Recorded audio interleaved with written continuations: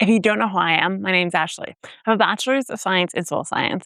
And I have to say, as a soil scientist, I will be the first person to admit that microbes are responsible for everything nutrient cycling, their lack of availability, how much is actually mobilized and moved into the plant, you name it. Microbes are incredibly important. And microbes feed on one thing mainly, carbon. So logically, people think if I just add sugar, if I just add this, if I just add that, it will increase those microbes within my soil. Today's video, we're actually going to look at the science behind what you can add to your soil and whether or not it's going to cause or benefit you in any way, shape, or form. And of course, all of this is going to be based in science. Now, here's the thing. This whole add carbon and get more microbes is not an unreasonable question. The issue is that good soils, healthy soils, aren't simply built via small spurts of microbial frenzies, if you will, caused by an introduction of new material. It's caused by long-term additions and upkeep of those additions, et cetera, and so forth. So some of these hacks may actually fall into the category of something that is completely sustainable for you yourself to do, but just keep that kind of in the back of your head when you're analyzing what you should or should not go with. So let's start with number one, and that is unsulfured molasses. Now, molasses is probably one of the most scientifically sound additions that you could put into your garden. And the reason being is that we oftentimes can use unsulfured molasses in our compost, for example. And if you've ever added it to your compost, you've experienced this. It immediately really starts quickening what's happening. And you very quickly realize, wow, this is accelerating my compost immensely. Compost accelerators oftentimes have molasses in it for this reason. But the fact of the matter here is that if you continually add molasses beyond what is possible, you end up with an oxygen deprivation. And oxygen deprivation results in a really stinky compost. So that is why too much can be added to a compost at times. And soil kind of falls into the same grouping. Now, this is even more true in the sense that you don't necessarily have as much organic material in your soil as you do in your compost, which in turn results in kind of like feeding an entire classroom of children straight sugar and then watching it completely explode. You're going to have a big amplification of energy and then an actual die-off entirely and a flat line in and of itself. We see the same thing with microbes and molasses in soil along with in compost. Next up is actually white sugar. It is a heck of a lot cheaper than molasses, and it does cause kind of that microbe explosion and activity. Now, here's the issue. If we are using this to truly build up a microbe population long-term, it falls a little bit short. The reason being is that microbes don't just need carbohydrates. They need nitrogen, phosphorus, all of these other nutrients that come along with their entire life process. So what we tend to see is if we add sugar with the absence of excess levels of nitrogen, phosphorus, et cetera, and so forth, we have kind of a struggling population that starts to pull nitrogen from what would be plant available nitrogen into that plant over time, into those microbes over time, not the plant, into the microbes over time, which in turn causes like a nitrogen deficiency, something similar to what we would see if we were to add a whole bunch of compost, et cetera, and so forth onto it.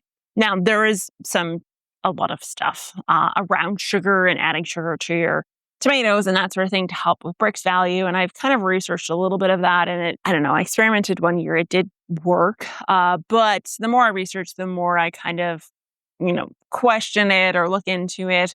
But that is a complete separate conversation when we're talking about plant health and just kind of giving a plant a boost. Totally different dynamic we're speaking to rather than microbes. Microbes need a continual source, and white sugar in particular doesn't allow for that. So the next one is actually baking yeast. Yes, baking yeast, quite literally. So if you did not know, yeast is actually one of those endangered species when it comes to microorganisms within the soil. A healthy soil has yeast, and we're seeing that yeast diversity and populations are decreasing over time when it comes to our soil. So the addition of yeast logically makes sense, and you can add yeast to your soil. And what tends to happen is your microbes will feed on it, utilize it, and use that to build off of themselves. It's a complex system rather than just white sugar. And therefore, it can, in cases, not cause that massive spike with a decrease, but rather cause something that's a little bit more sustainable and happens over time. The only downfall to this is that the yeast you have access to is not soil yeast.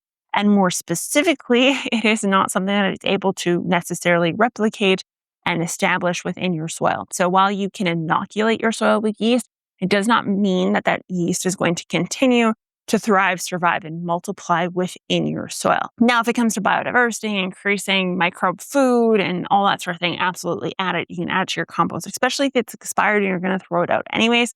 Throw it in the garden. It's a great place for it to go. The reality is, though, is that no one's really taken the time to isolate soil versions of this, similar to what we've done with mycorrhizal fungi or rhizobium bacteria. And therefore, there's nothing on the market that appeases to that. And you just have to use your baking yeast, which again is not the same, but can have very similar effects.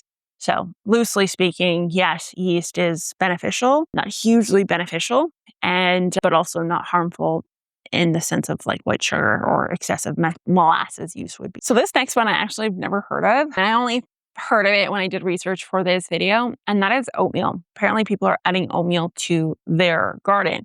And here's the crazy part, is it makes sense. It's got proteins. It's got lots of different sugars in it. It's got a huge wide range of nutrients in it because it's a plant and they're the similar nutrients that plants would use. You get the idea. It's tiny, it's got big surface area, it's very easily incorporated into your soil. Again, you get the idea. And therefore, it actually does work. It's not decomposed in the sense of like a compost or something would be, but it's very easily decomposed just due to how thin and small those little tiny oatmeal pieces are. So if you have a sandy soil or a soil that's very devoid of microbe intensity, if you will, absolutely. Oatmeal is a great addition. The only downside is that it is expensive if you're doing a lot of land. So there's that.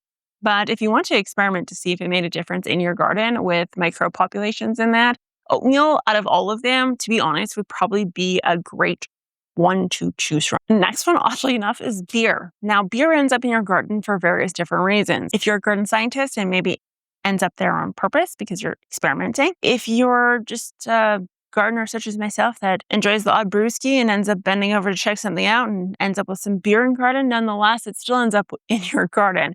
And the fact of the matter is that it's beneficial. It contains nutrients. It contains yeast. It contains sugars. It contains it all.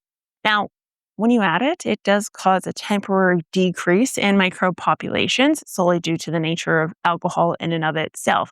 Now, this temporary decrease is eventually invaded again by microbes, and then the cycle continues onwards. So does it increase microbe activity? Yes, it actually does temporarily. It does add probably the most amount of stuff, yeast, sugars, carbohydrates, nutrients, compared to that of all the other ones we've spoke about. The reality is that it is expensive, unless, of course, you're using Pilsner, and then it's probably relatively inexpensive. Actually, I shouldn't say that. Saskatchewan has a sin tax. We have a sin tax for drinking. So our alcohol is not cheap. It is very expensive, fun fact. But regardless of that, kind of a fun trick. Try it out. See if it does anything for you. Like I said, it's expensive. Hypothetically, theoretically, it should cause a boost in microbe activity, but I probably wouldn't do my whole garden in it. And I'd probably avoid my plant roots because the nature of alcohol is probably going to cause some issues with those as well, not just the microbes. Now, the next one I've actually heard several people talk about, and that is soda. I had someone send me a Instagram reel or a TikTok on someone feeding their tomato plant monster on a regular basis. There's people who use Coca-Cola. You guys kind of get the idea. And the reality here is that there's a lot of sugar in these products, and therefore the sugar is used by the microbes. And you get the same response as you would with molasses and sugars, etc., and so forth. So is it beneficial? Yes, it can cause some benefits, but all the other portions of it aren't necessarily a good thing. Not to mention it's sticky, it's going to attract wasps, and it's expensive. It's not a cheap way to go about it. The reality here is when it comes to increasing microbes is there are some factors you need to contend with. Number one is you need to make sure there's organic material present. This can come in the form of manures, compost, that sort of thing, combined with a top mulch and moisture. If you have those three factors, you're off to the races. You combo that with a little bit of heat, and you're really off to the races for some good results. You increase things like biodiversity through planting not just one type of plant, but various different types of plants in and of their area. This is amaranth. This is kohlrabi.